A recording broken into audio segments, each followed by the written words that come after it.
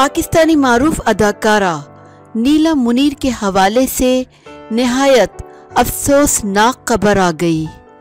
साथी अदाकार गम से निढाल, मद्दाहों का रो रो कर बुरा हाल।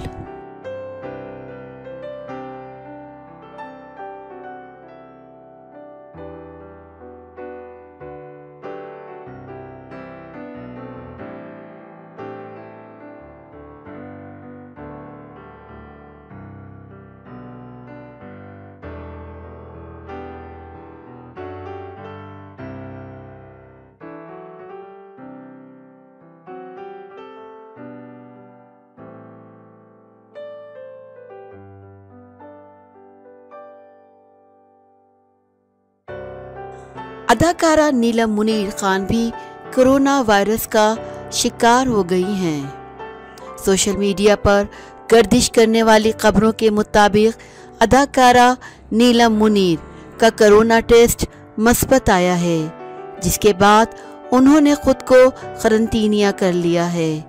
ताहम नीलम मुनीर ने अपने सोशल मीडिया अकाउंट्स पर कोरोना के हवाले से कोई खबर शेयर नहीं की।